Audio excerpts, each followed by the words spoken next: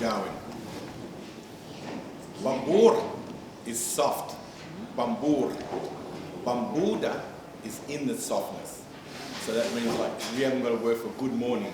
So we just say bambuda in the softness of the morning. So bambuda and mujawin is in the softness, everyone. Ngayam Gumbaynggirr Jasper. You all know what that means, don't you? Ngaya Yam Gumbaynggirr Jasper. What am I saying? I'm a Gumbaynggirr man. Ngaya Baga Nyur. I come from Nimbaka. Yam Nanyundi Wajar Gumbaynggirr Wall. What am I saying?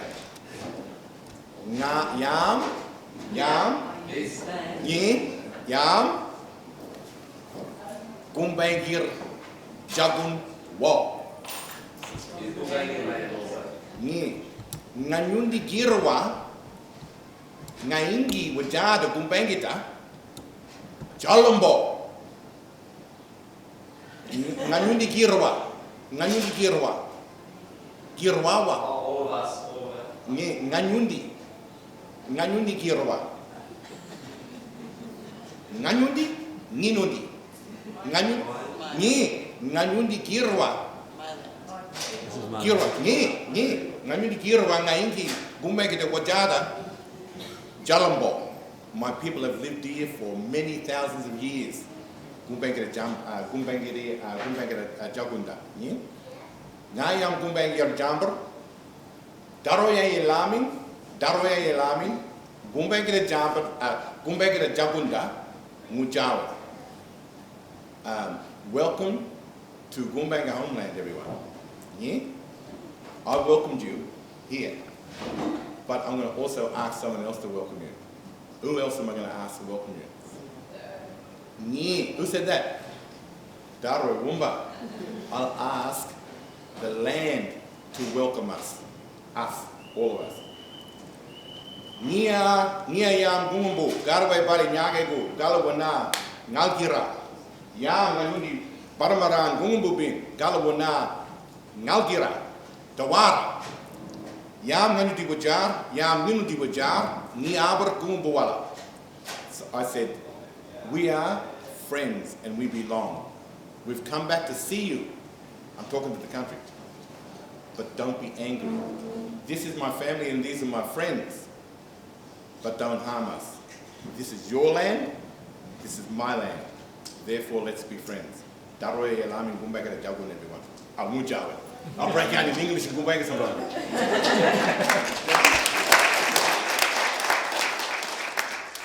I'm Mark. I'm a local ecologist. I've been lucky to feast upon the essence of this region for the majority of my life.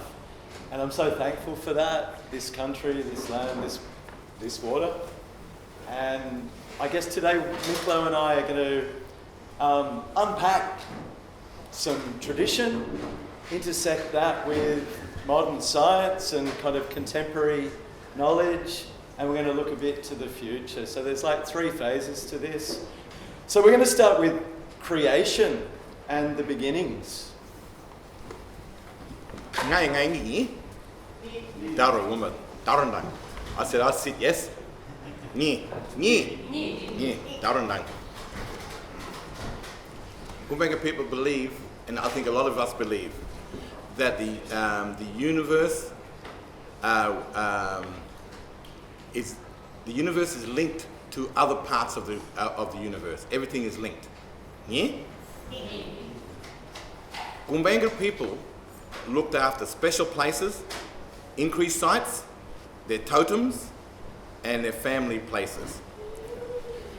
By looking after this on Earth, we had a connection out to the universe. So creation is just not here.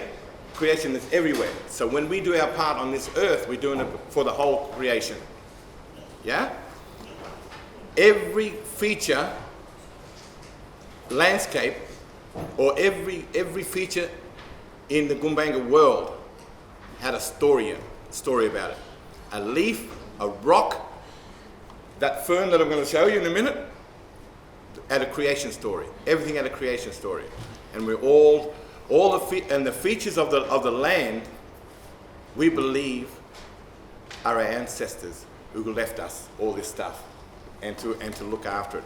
So my first story is about, we call it in our way, is the creation of the sea, how the sea was made.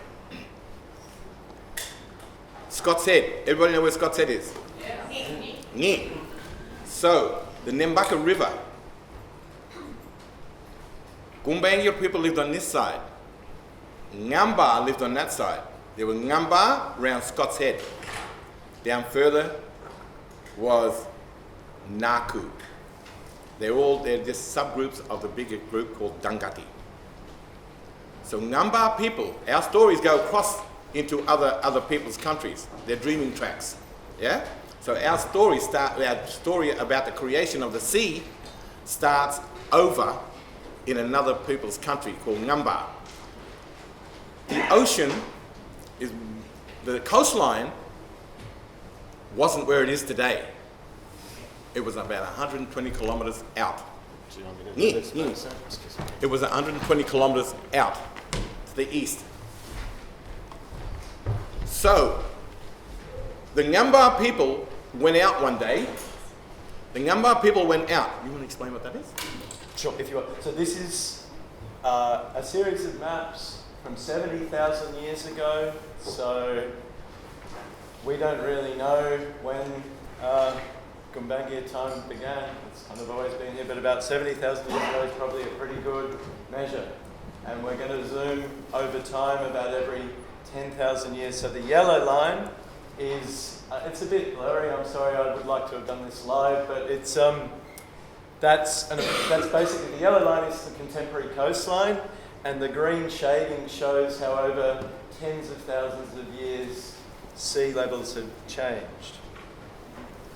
So the Ngamba people went out to the east, where the ocean is now. They left behind two sisters. These sisters were called Wariga. Say Wariga. They're Sangoanas. Sangoana. Wariga sisters. They left behind these two.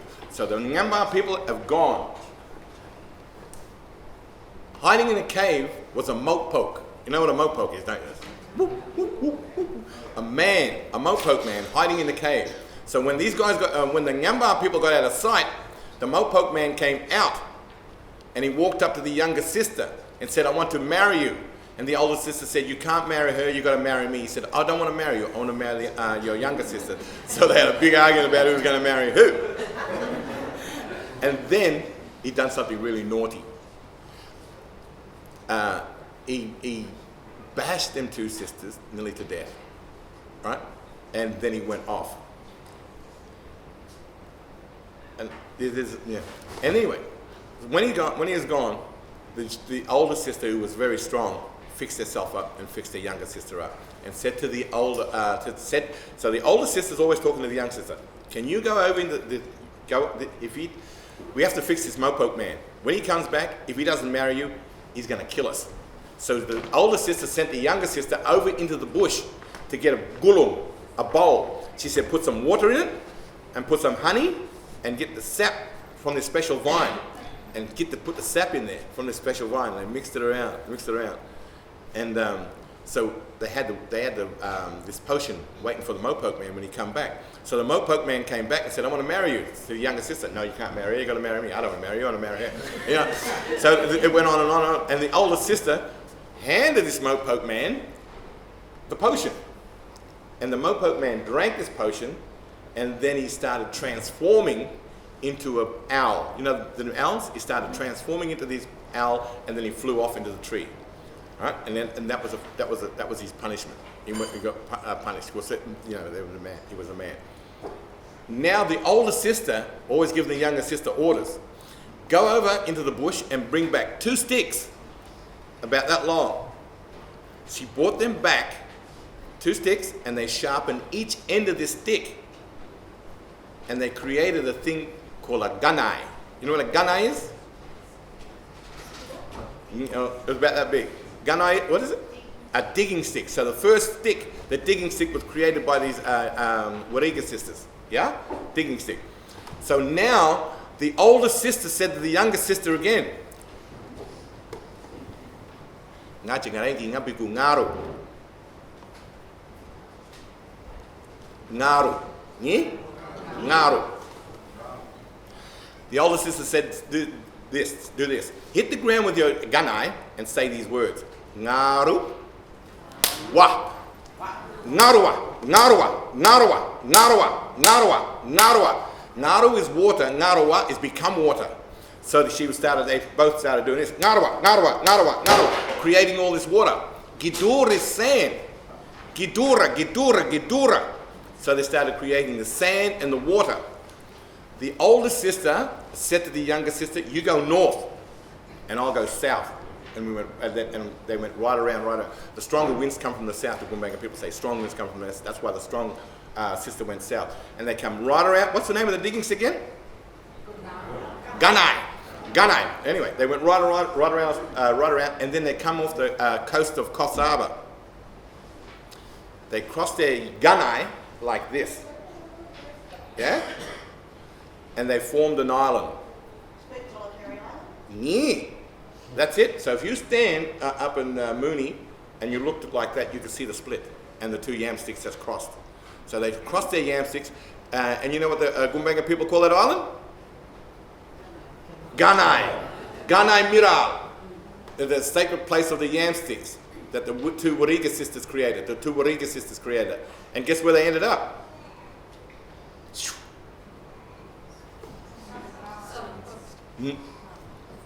The seven sisters. You know the seven sisters?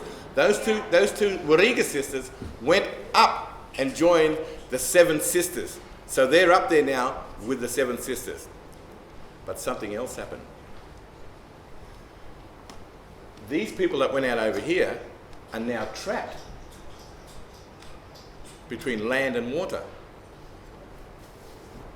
There was two koala brothers. Dungir. In the other language, it's called Yaji, and you'll know why I said Yaji.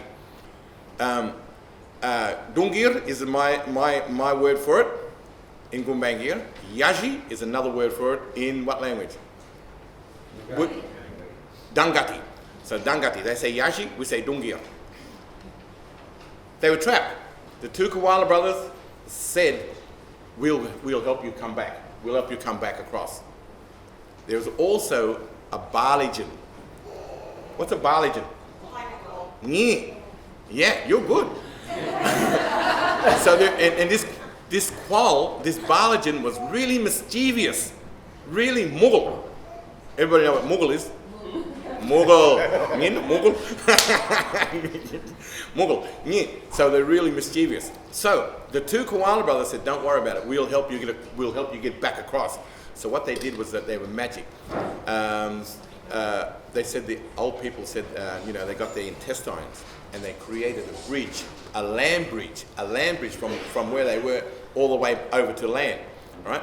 But I was told later on that there's this thing called Nandir, which is very, very sacred and stuff. Anyway, so they made this bridge, the land bridge, right?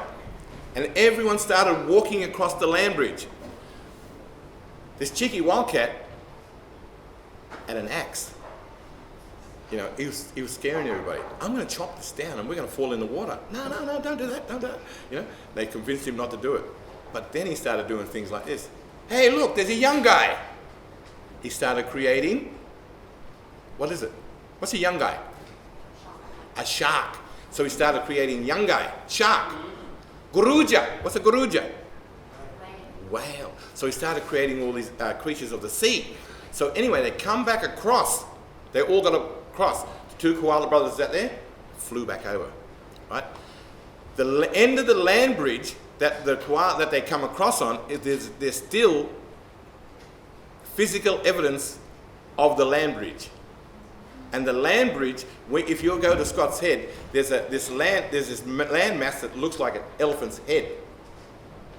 There, that was the land bridge that all these people come back across to the land bridge.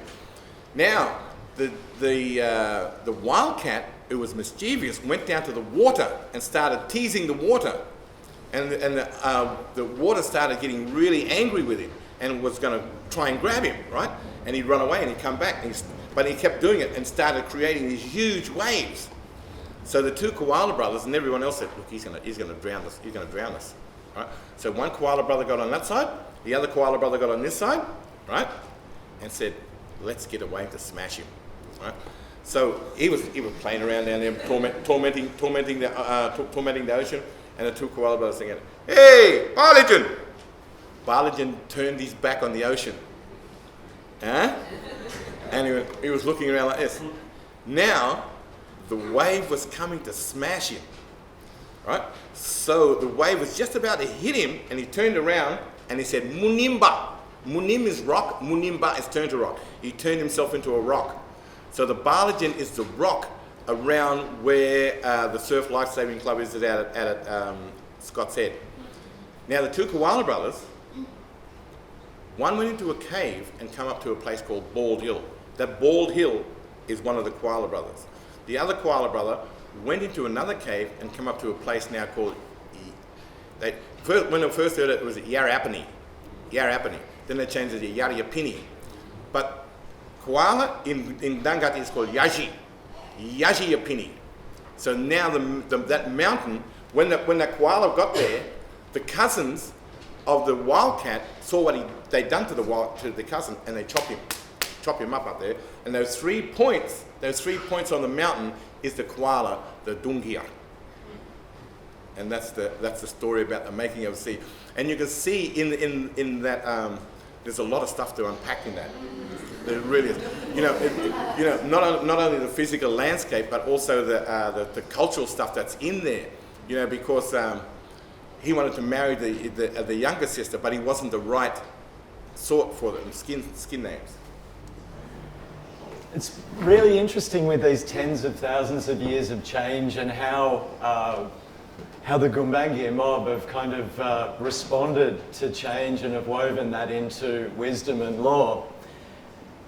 And this is probably, you can see here, this is a graph over time, and this is about 25,000 years ago. So continental shelf is tens of kilometres to the east of where it now is. Sorry about the blurriness, but what has been possible in recent times is with quite modern technologies. The Solitary Islands Marine Park up through here has been doing some really amazing underwater three-dimensional mapping, which has shown us in the most incredibly rich detail hills and caves and occupation sites on what was the coastal plain. And those islands that we now see were hills upon a broad coastal plain. And there are a series of quite incredible rock reefs with caves and prominent lookouts and the like scattered in what was once a significant extension to the Gumbaynggirr nation.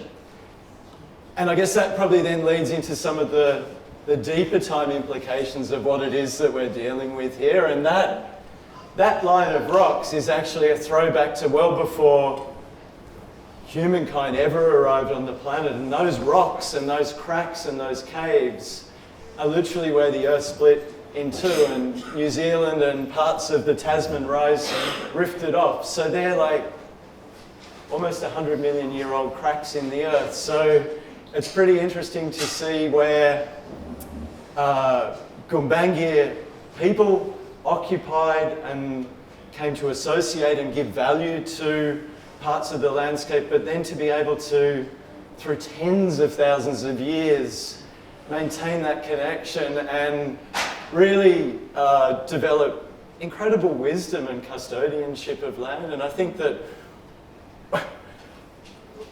White Mob have been here for 120 years here now, and there's so much to be learnt from all of us in the deep time implications of these stories. There's wisdom here about how we as a people can then weather change, where we can respond to sea level rise and look at really big change into the future. All right, so that's sea. Land? Yeah, we're up to. Yeah. There was a flood. There was a flood that in one of our stories that covered the earth, except for one part, and that was up near the head of the Rara Creek. And the way it was created, there was mountains and hills were piled upon each other, and some Gumbaynggirr people managed to get up there, up on that hill, and were saved. Oh, can you hear me? Nare Muranda Minya. Please give me that thing. I don't know what to say. I don't know how to say mic in my language. Minya will do. Minya's, give me that thing. Should I say that again? There we go. Would you like me to say that again? Yes. So we have got stories about a flood that covered the whole earth, and up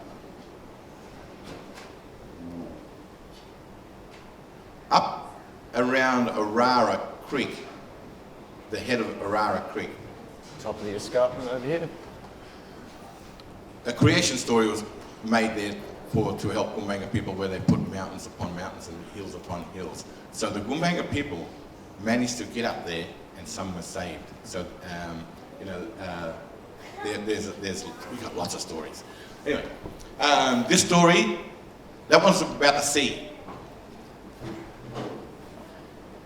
Nangali. Yeah. Oh, Nangali. You know that one, don't you? You know that one? Yeah. When you look at that mountain up there, you can see him? Can you see him? He's there, always watching over the valley. And I'll tell you the story about it.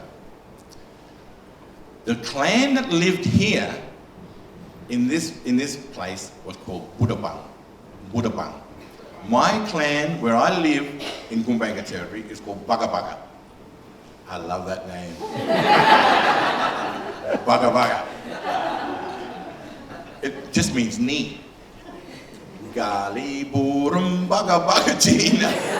It means knee. And there's a story about that as well, about the river and how our bend in the river was created by the giant Ngamba man. Oh, well, I'll tell you that one too. God, I can talk all day here. Anyway, sorry about that. Anyway, let me do this one. The Budabang people lived here on the Bellingen River. So the men decided they wanted to go out hunting, right? They left the women and children. They said to the women, make your fire small, because the fierce Naku men are on the prowl. You know where Naku is, don't you? Further south. We don't know where somewhere, right? So they got this young fellow he was not quite an initiated boy or a man, right? So his name was Waru Junui, someone young. They got him. They said, you go up to the mountain up there, and then you keep an eye out for the women and the children. If those Naku men come, I'll give them warning, right? So the men left the women and children. He went up to the mountain. A couple of days later, after the men were finished hunting, they come back, and all the women and children were gone. And they looked up on the mountain. So they went to the mountain, and they saw this young boy up there. He was sleeping.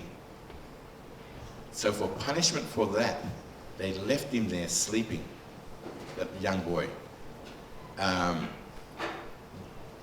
So he's still there, he's still looking over the valley. The waterfalls that happen around there are the tears that he's crying, because he's let his people down and for his punishment. So the waterfalls are his tears, and the place up there is called Nara, which is a place of sadness. Nara. Nara is sad in my language. Yeah? Thanks, Micklo. Am I right without microphone? Good? Yep. Okay, I will use it. It's interesting to consider those tears, and I think that going forward and like where we're at now and where we're going, that those tears coming off that escarpment have remained as clean and clear as when they were first shed. And that those tears, that water coming off the escarpment and off the plateau, is the essence of life for our region. And I think that we're in the most fortunate and privileged position where, unlike so much of our country, of Australia as a whole, those catchments are still in really, really, really good condition. Those tears run clear, they run profusely. And I think that taking up these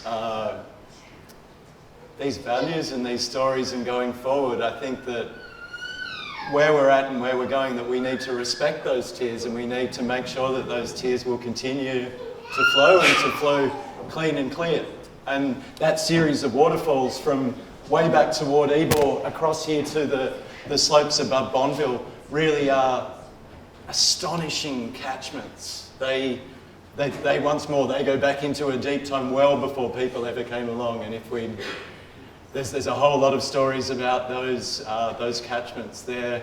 I spoke about it a little bit last year, but well before people ever came to this continent, those forests were doing their thing back into history, tens to hundreds of millions of years. So those tears and the pools of those tears have got probably the most ancient and stable freshwater aquatic environments on the planet.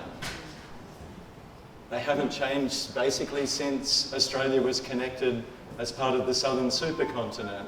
And I can't begin to state just how significant that is, that we're the custodians of these incredible ecosystems that are just basically unchanged through time.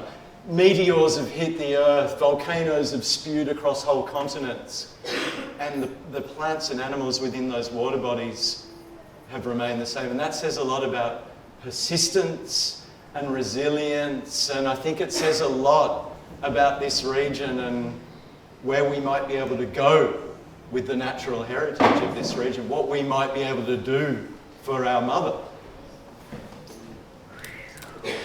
Deadly, eh? He's deadly, ain't it, fella? He's deadly, yeah, he's not a So these things were given to us by who? How to live off this land and how to look after this land. Who? Babagu. Yeah, Babagu. The ancestors. The spirit beings who created all this place. It was given to us by them to look after. And, you know, it makes me sad to see such destruction after my ancestors have looked after this place for thousands of years.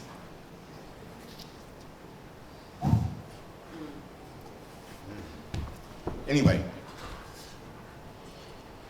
Yeah.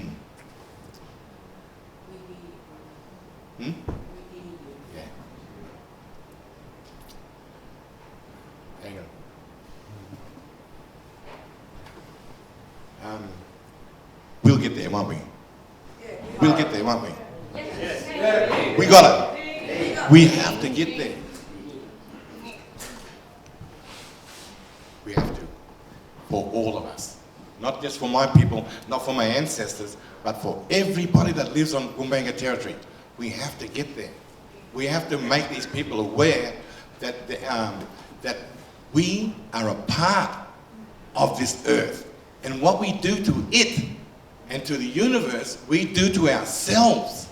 If we're destroying that, we're destroying us.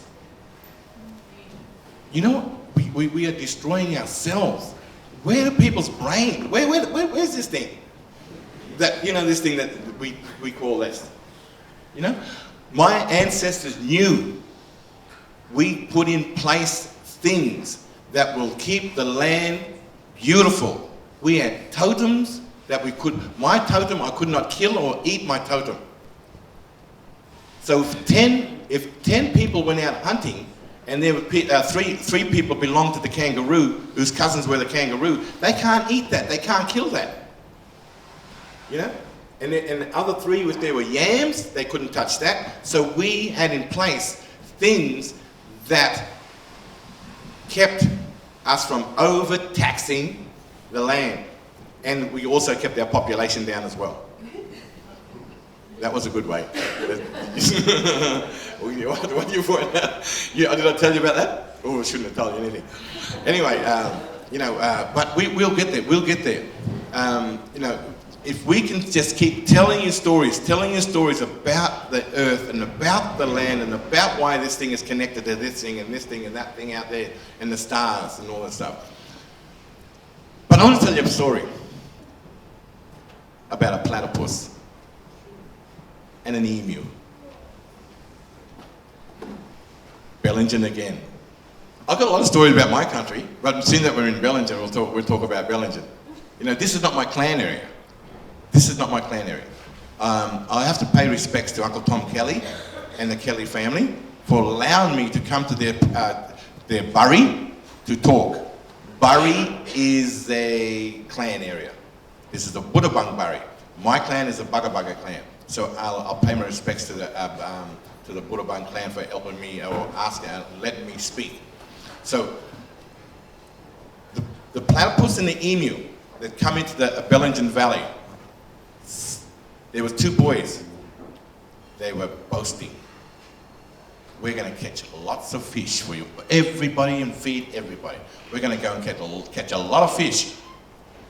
So the 2 boys left the clan and went up to the river, up further and further and further to the river. They made a net out of the bark and the grass, and they got a stake and put it on each side. They put the stakes on each side. The next morning, they stayed there. The next morning, they come out to see how many fish they caught. They looked in there. They looked early in the morning. Early. All they heard was this. The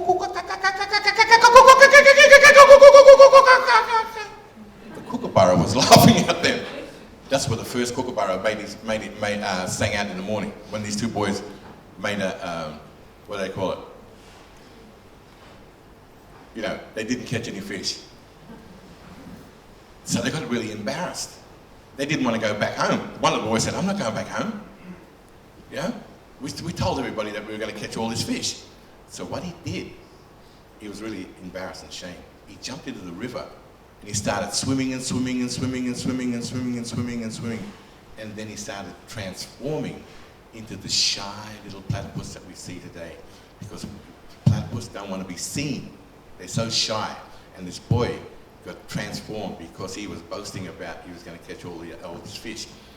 So then his cousin said, I'm not going back. His mother, his auntie and uncle will ask where his cousin got to.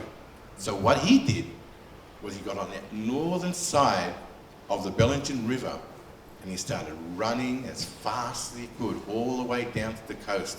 So he ran and he ran and he ran. As he was running, he transformed into this beautiful, beautiful big emu. And that's how the emu come into the Bellingen Valley. So it ran all the way down to the Heath Country. So that story was told by Uncle Lambert Waddy. Yeah, isn't he beautiful? Yeah. Look at that. There it is. We call this one Gumbaynggirr. And in some parts of Australia, the Milky Way, I think the people out there call it the Dinnerwin out west. And that tells when he's laying an egg or when she's laying an egg or when we're egging and stuff. I'm going to pipe in on a couple of points on this. One's a very personal one, one's a bit scientific. This is the coastal emu. There might only be 20 or 30 of these guys left on the planet. They live nowadays only really between Pillar Valley on the coastal plain of the Clarence Valley through to Brooms Head, and then another little patch up, little population up between Casino and Grafton.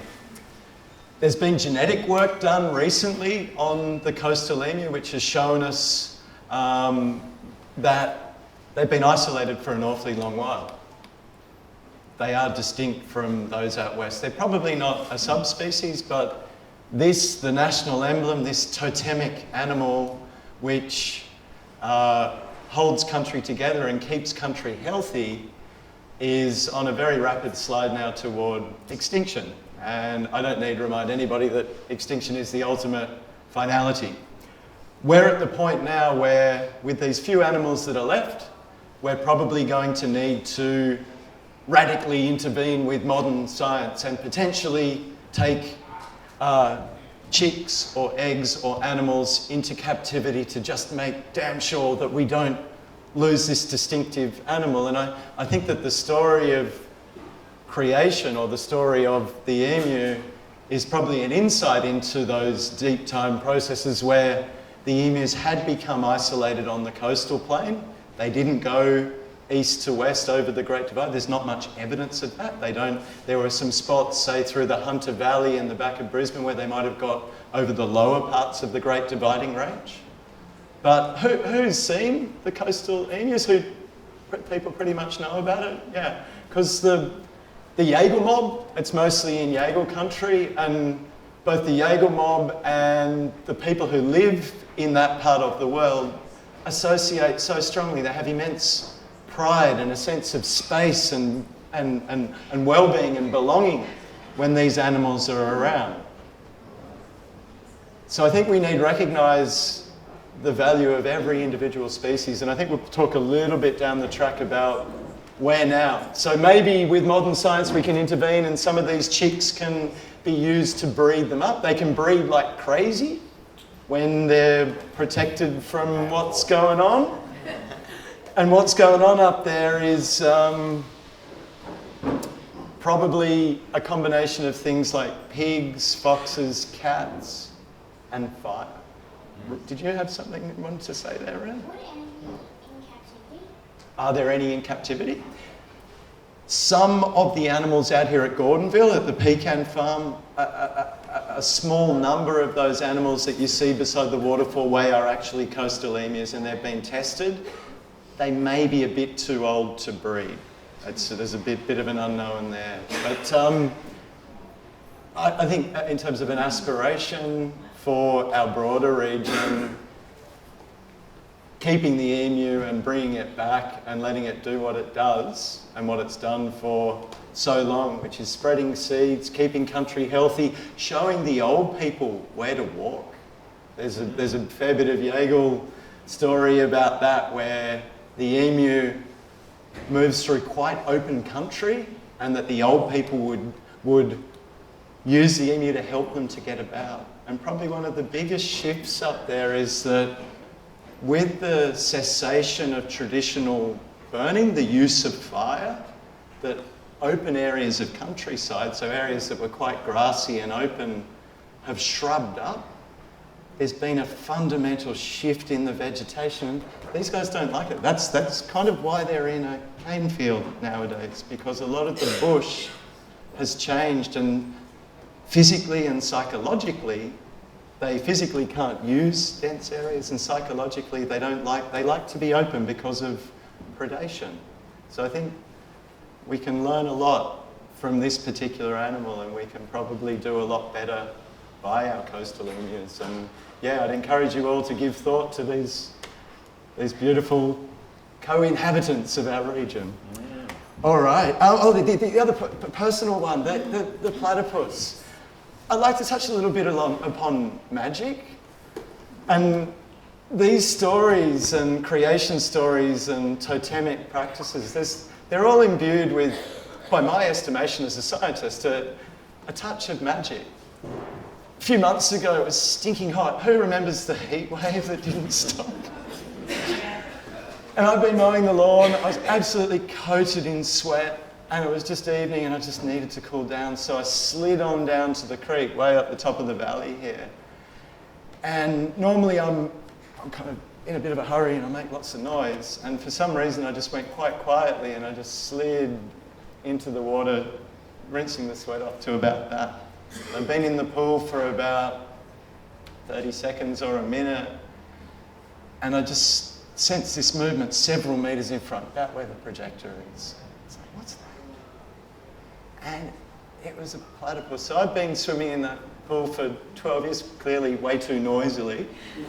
The whole secretive business. And for 5 minutes, this platypus absolutely knew that I was there. We had awareness of one another, and we shared 5 minutes in this crystal clear pool. And my goodness gracious me, it was beyond this realm. It was absolutely magical. And each and every one of these creatures have the capacity to touch us with magic, to fill us with a spark about how damn good life is and how good we can keep it. Magic. Birgit? I want to tell you something. This is a good story. We got a creation story about that. Every feature in the Gumbaynggirr landscape has got a story. Anybody know what the story is about this? Well, here you go. Get ready. What are they called? Iridium? Anyway, this story starts up in the northern Gumbaynggirr area, right?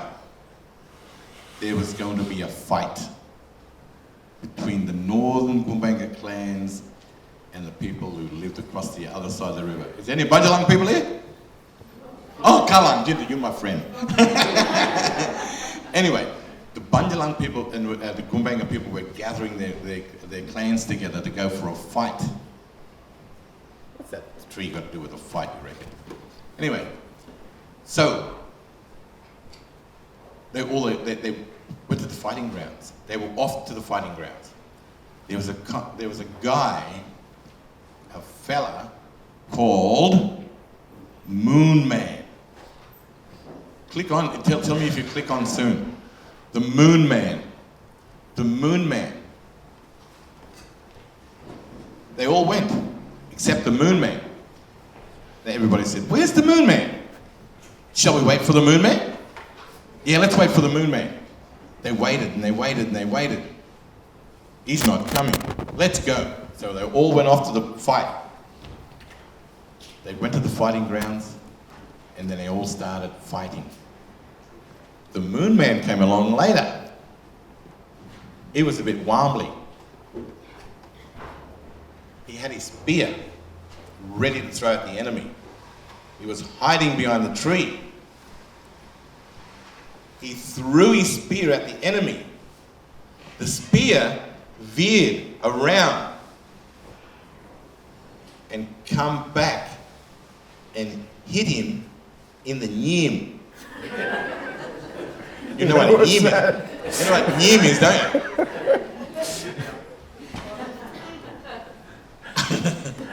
This is true. After the battle had finished, Bunjalung people and Gumbaynggirr people started helping each other, fixing each other up. Right? Moon Man was laying over there. Hey, they said, "Who's going to help him?" All Moon Man's relatives said, "We're not going to help him. He's got Gunnar all over him." You know what Gunnar is? Poo. Because he got speared in the nyim. We're not going. All these relatives said, "We're not going to help him. We're not going to help him. We're not going to carry him." All the grass people and all the fern people said, "We'll help you." So they grabbed the Moon Man, put him over their shoulders. All Gunnar went back down to walk back to Gumbaynggirr territory. They walked to a place in Inanna Glen. They had a rest. They put the Moon Man down on the ground. Gunnar everywhere. We call that place Gunnar Mirar, a special place for poo.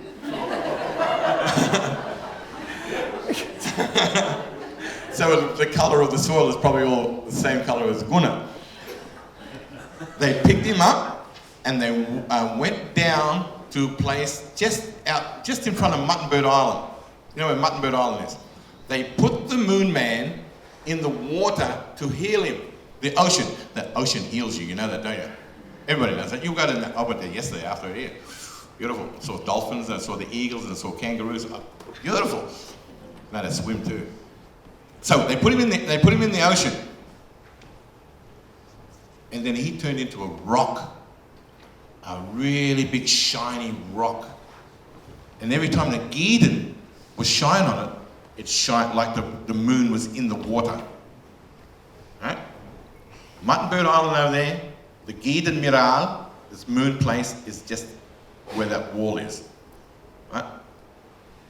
So he said to the fern people and the grass people, he said, you mob, I'll give you life, eternal life, for helping me. So when the fire goes through the place, these things pop up real quick. Yeah? But have a look at the colour of the stems of the grass and the that. Look. It's the same colour as guna. So when they carried him, all the guna come down to the stem. Oh, he just... And that's the story about Gumbaynggirr in Kosovo. Moon Man. How's that, Gagu? Unreal. I guess off the back of that completely awesome story,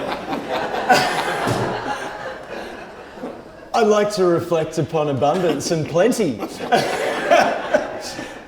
This region, this nation of all of Australia was probably the place of greatest abundance and plenty. And the combination of an incredible marine and coastal environment with these amazing wetlands and forests and rainforests and the like meant that this region had everything on tap and then some when it was under traditional custodianship. And in big chunks of our region that still exists, but in other parts of our region we've made water, land and to an extent air less healthy than it was. And I guess with that abundance, Micklo, if I may take the liberty, it's about the abundance that the Gumbaynggirr held. My understanding was shared broadly, that there were lots of nations around where that wasn't necessarily the case. And I think that to reflect upon those values and that generosity and that giving, I think maybe this festival is a little contemporary manifestation of that, where people come to this region and they see beauty and they see abundance and the like, and I guess that there really is, if we look after it well, there is enough for everybody. We can share, we can have what we need from our mother around here. So we're going to embark on a few more totems and whatnot. Is that the?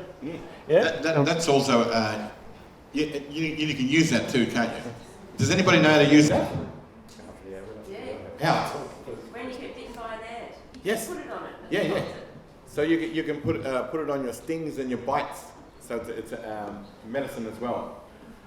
A lot of traditional knowledge gives us indications about well-being and medicine and those types of things, and we've got a whole lot of plant materials here, and they're pretty much all gathered locally, but a few of the really key medicinal elements that were drawn upon. In the corner there is bloodwood or kino, and a lot of our eucalypts and bloodwoods and the like produce this sap, and across the nation, pretty much all Aboriginal nations use this in one way or another, but for skin conditions and gargles and all sorts of purposes, this is a very potent medicine. I think the really exciting one, I know Micklo, you had spoken, or we'd spoken a bit about callistemons, bottle brushes being a totem plant. I don't know whether you'd like to share any stories about All this stuff here would belong. We don't have one totem. The Gumbaynggirr people, you remember I talked about totems, and we look after our totems, and because what we do here affects not only Earth but the whole universe and stuff. So let's talk about totems. The Gumbaynggirr people's totem is the gargle. What's the gargle? Ocean. Ocean. So, you know, that's our totem, and that's it. We thought, that I think it's a beautiful totem. The people down south in Kempsey, does anybody know their totem? They wear the emblem, you know, on some of their work uniforms. Praying mantis. So their totem, the Dunghutti people totem, is a praying mantis. Gumbaynggirr people's totem is the ocean. Right? So we used to do ceremony in the ocean and pay homage to the ocean. We believed that the ocean was a human, and it can either take your life or it can give you life. You have to respect the ocean always, and the creatures that live in the ocean. I want you to say this for me. Yugir? What's Yugir?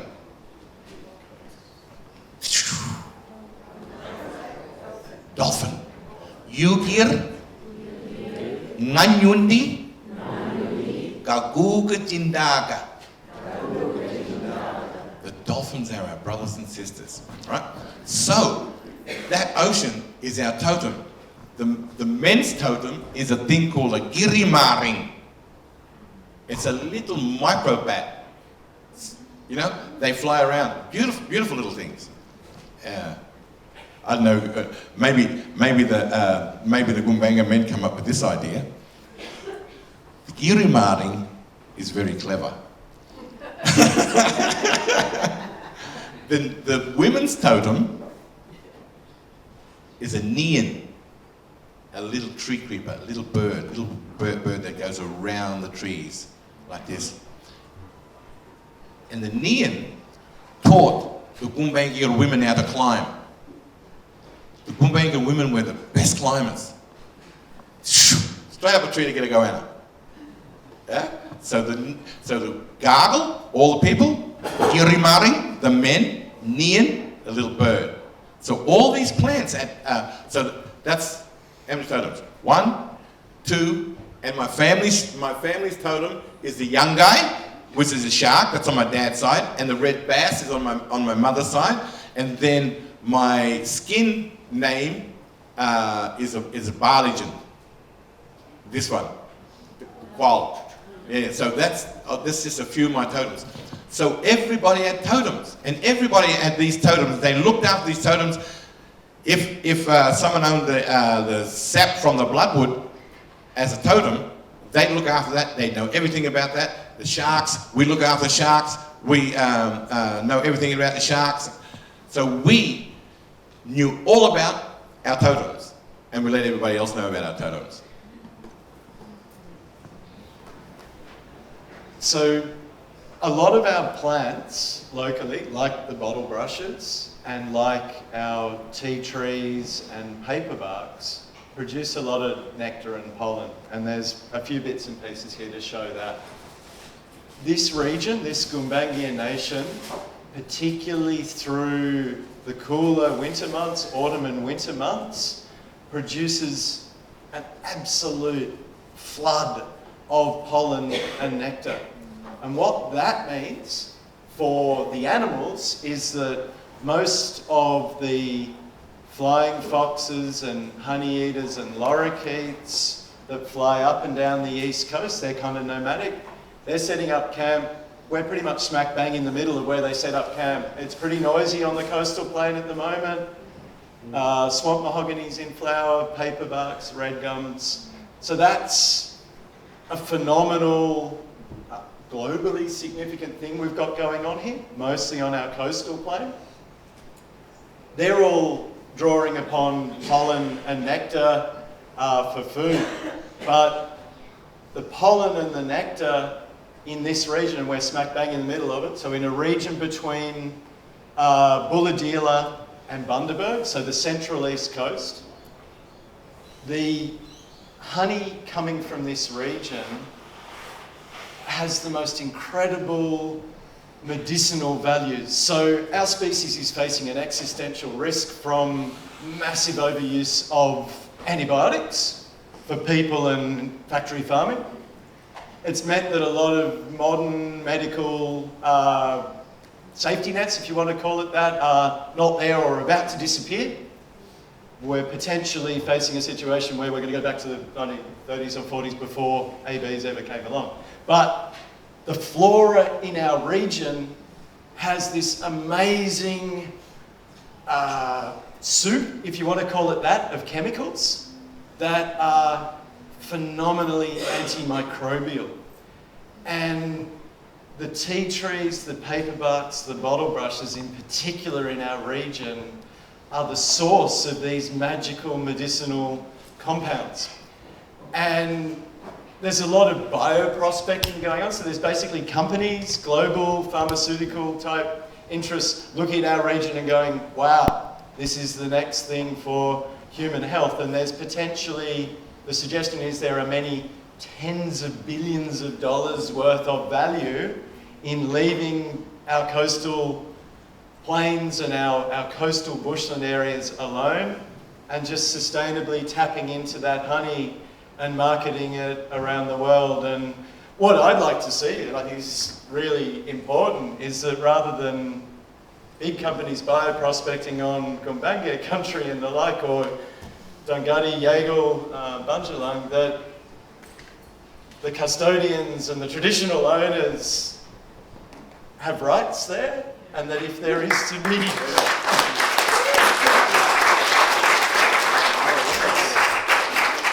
there's whichever big farmer is coming and going, we're going to make a squid here, that's not theirs to make a squid off. They can maybe make some squid, but that's local mob squid.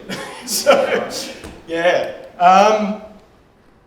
Couple of the other medicines, I guess, that are pretty interesting. Didn't get a chance to bring it, but some of the medicinal clays. Clay. I mean, something that's done a little bit around there, but kaolin, so really chalky type clay is a remarkable, like a topical application and a digestive. So there are particular deposits of clay that have particular properties that might have been used systemically or as an application. And I guess we've got some knowledge about a few of those beds. And because our region, the ranges through our region, a lot of them are shale and fairly fine-grained, very clay-rich rocks. There are lots of deposits of this quite medicinal clay around. Gumbaynggirr women, when they were pregnant, used to eat that as well. Yeah.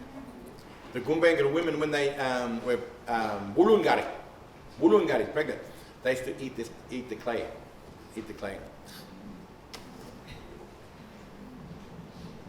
Would this be a good time to talk then about Kalanga? Oh yeah. I think it's perfect. You know what kalang? Sorry guys. Yeah. Everybody say kalang. Kalanga. Kalang. That means wow. Just kalang means wow. But if you put a gut on the end of it, it's a white beech tree. Kalanga. Anybody know the white beech? Kalanga. Special beech tree. So the place that they're starting to log is called, they call it I can't say it. Kalang. In my language, it's called kalang. But kalanga is the white beech tree.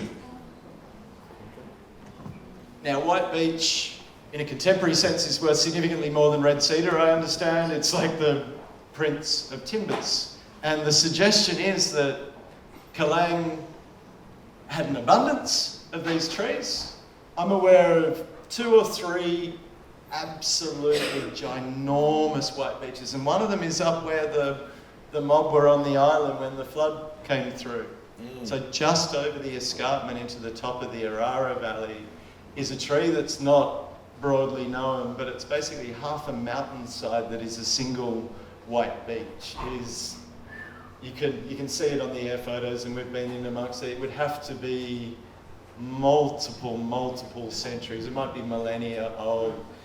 So basically the floodplain and the really good lowland country had an abundance of these beautiful white beaches, and every 3 years or thereabouts, they flower en masse and produce a purple berry about that big with 3 or 4 seeds inside of it. You're silly enough to go and touch that, it stains your hands yellow for days. It's pretty cool. But I think that kind of leads us pretty well into that half of the Bellinger catchment.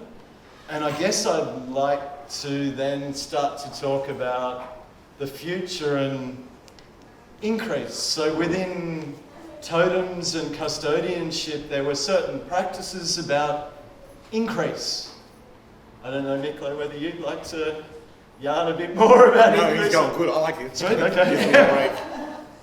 So I can't profess any tradition. I love this nation, but I can't speak with any authority. But when people had totems and when people were on country, periodically there was a need for increase. So for management of populations, going, well, we might be low, we might need to do something that bumps up the populations of these species. And I'd suggest just straight up that because of the near complete removal of white beaches from our valleys, that maybe a contemporary increase practice might be gathering as many seeds of white beaches as we possibly can and planting them out. They grow beautifully, they grow quickly, they flower and fruit quickly, and they live for hundreds, if not thousands of years. And they draw down carbon big time. Beautiful. And I guess I'd probably like to talk really about what our custodianship now is going forward. And we've got Gumbaynggirr, where the valley floor is cleared, but then the whole top of the valley is beautiful, beautiful old forest. And going forward, there's quite an existential risk, if you want to call it that these amazing forests that keep us alive are going to be vaporized by the state government. And basically, there's a huge number of people in our community who recognise the life-giving values of our forests, the weather that they give us, the fact that forests make rain. Forests are a sponge that holds water. And Australia, actually I won't flick back, but we've been through ice ages and periods of aridity over the time since Gumbaynggirr mob have been here. And this area has always been wet. Like since the dawn of time, this area has been wet. The evidence is in the forests and the plants and the animals here. They all need permanent wetness. And the changes that we've now unlocked in our planetary system, the climate, mean that Australia is very much drying out and getting hotter. And we're one of the very, very few regions that has abundant water. And if we look after the forests, we'll continue to have super abundant clean water. I remember.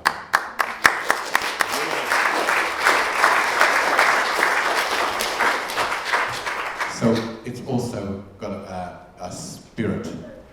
It's also everything in that forest and everything in those mountains are spiritual and alive.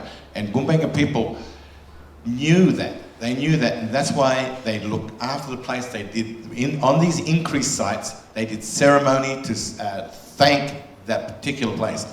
There's a place in Nambucca Heads called, there's this increased site of the Wandaraga,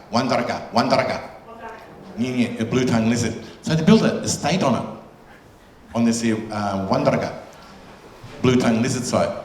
And they was wondering why all these blue-tongued lizards were crawling in and out of their house. They built it on an increased site of the blue-tongued lizards. You know, we got Guruja sites, the whale sites out, and shark sites, and we've got these plant sites. that we had special places for, and we did our ceremonies there to increase these sites.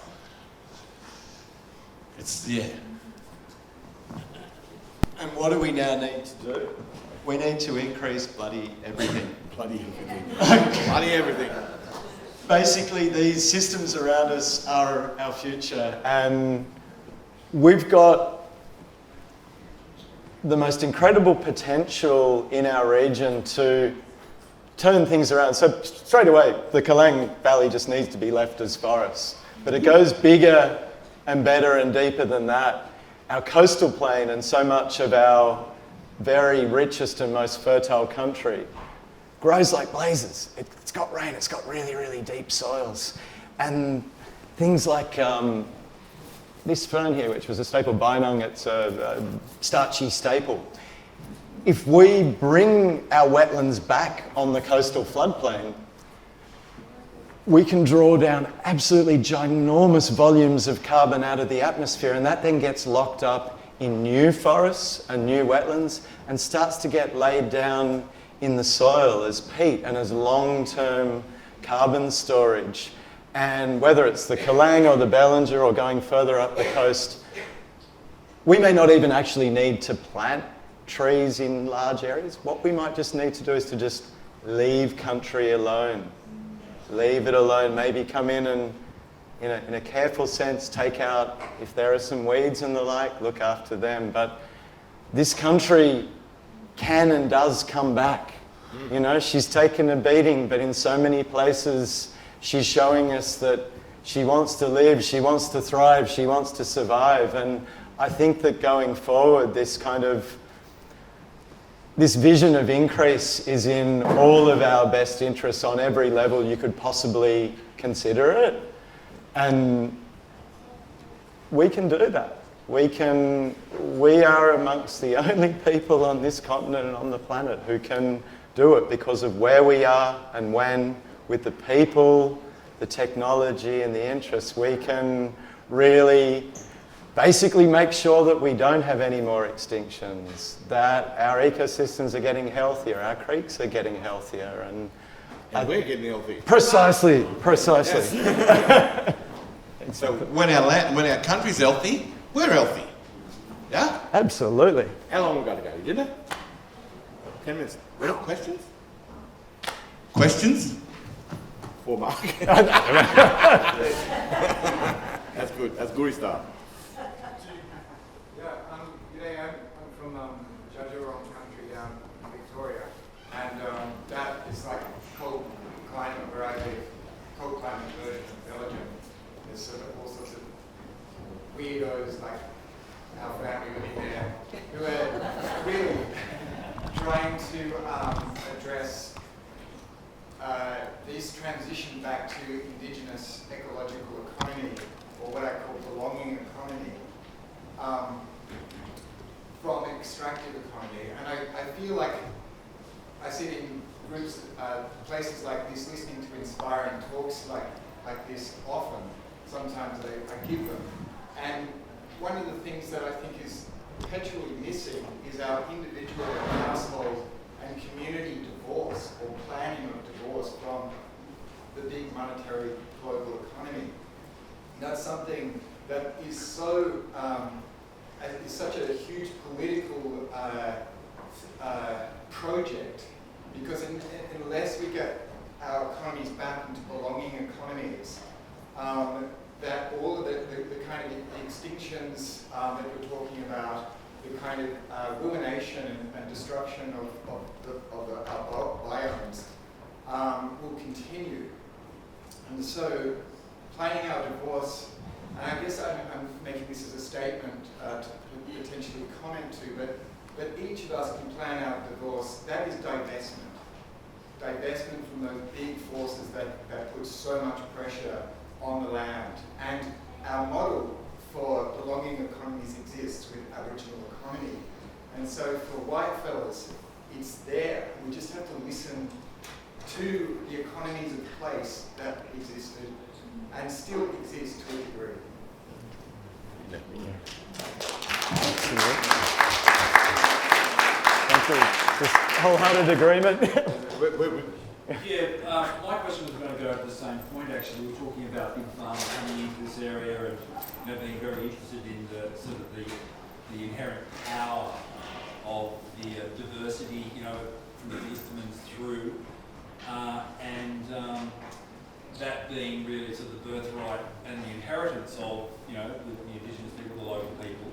And I'm just sort of wondering. My question is there a workable level of awareness in the local Indigenous population about that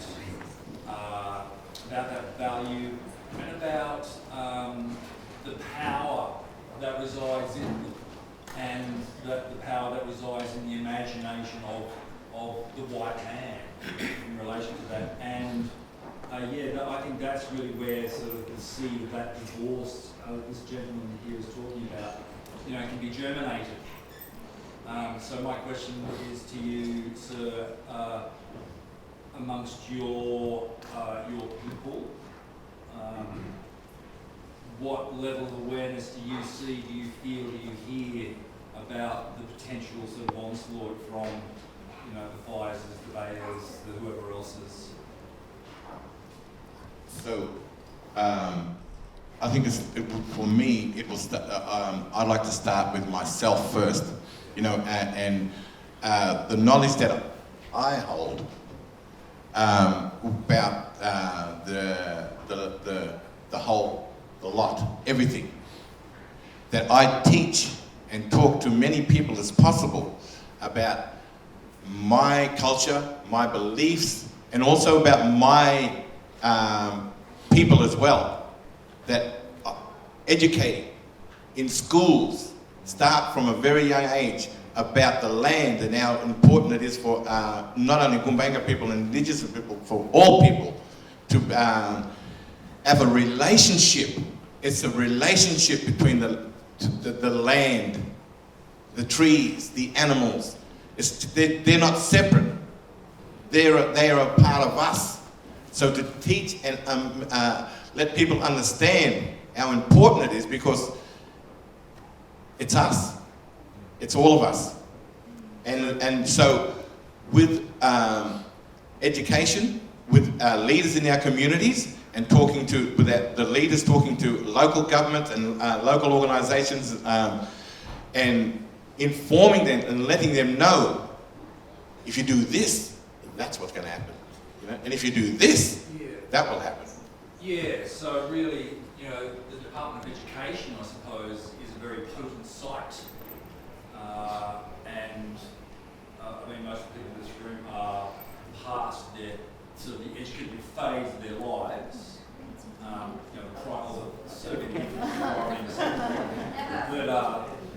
Well, never the tertiary, but so children, Department of Education.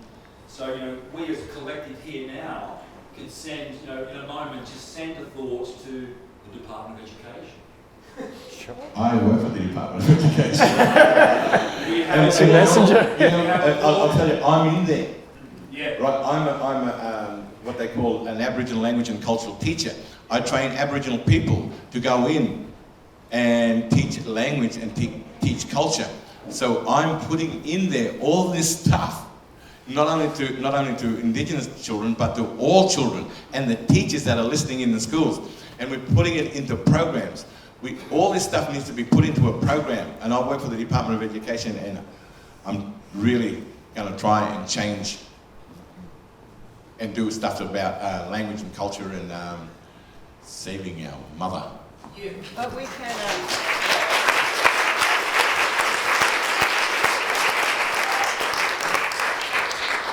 And I know that we do. We can go into schools and ask for that. So in our local schools we can say, hello, we need Gumbaynggirr culture and language in our school. It should be mandatory. So that's something that we can all do to help Micklo in his goal. Yeah.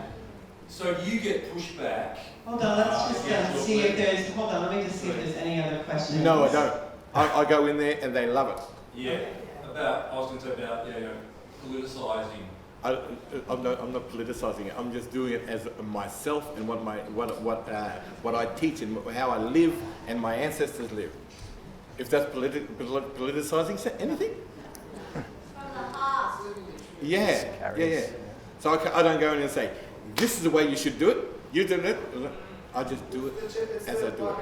It's the knowledge of that energy is the change in itself, right? Like, so if you can give that to the kids who are hopefully going to be the caretakers for us. Yeah. It's like just planting that seed. Like, you can't carry around a pocket full of trees and take on the politicians all the time. Yeah, planting a seed. A pocket full of seeds and asking them to do it for us. Yeah. And you know, making the children, like, when you teach them in a nice, gentle song, story, and being out on country and showing them as well, taking them out of the classroom and taking them out. Also, can I say something? Michael teaches any adult and kid on a Monday afternoon in Bellingham. Language, culture, and there's a heap of us, and we can't get enough. I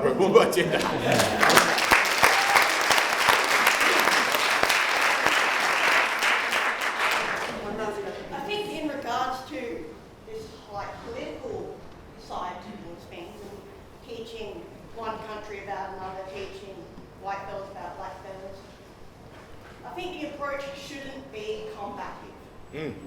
It shouldn't be, we need to fight back for this or we need to squash down this. Instead of being combative, it should be inclusive. Like NAIDOC Week, for example. We're here in this rebelling together, to come together to teach each other and just put, you know, background or ideology behind us.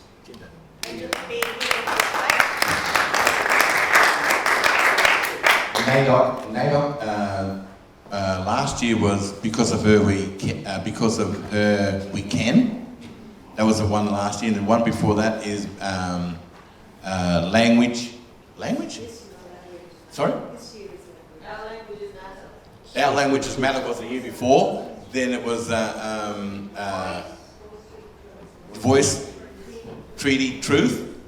Next year, if I got anything to say about it, it's going to be youth and the environment and leading that, you know, and talking about stuff like this for NAIDOC, you know, Aboriginal youth and all youth learning about things like this. So, you know, that's going to be my goal this year, to get that in next year. Can I just wrap up with a very quick one? I know there are a few people who were here last year, and this time last year, my good mate down here, Pete, and I were about to embark upon an adventure, and I kind of put it out there a bit that we were going off to seek the biggest of the trees, at least in this state. Have a look. And in the aftermath of this workshop last year, Pete and I took off on a midwinter's journey. Hang on. And 2 nights, 3-day type mission, right up the top of the valley. And our wishes were met. That is a tallowood tree. It's somewhere between 370 and 400 years old. And can you see down the right-hand side? That's a human head. That's Pete's head. And so this tallowood, we had a laser and we measured it, and it's 80 metres tall, which is significantly larger than the grandest that was the biggest tree down near Bulladilla. And this might end up actually being a baby. We've been beaten by the weather every time we've tried to get back in there. It's hard country. But by the look of it, there are actually some trees right up at the top of this valley that are significantly larger even than this. And that burl's like 2-3 metres across. And there are whole groves of this stuff where time has just stood still. And that's the thing, there's magic all around us, day in, day out. And I'd really encourage everybody to plug full bore into this magic. It serves us pretty well.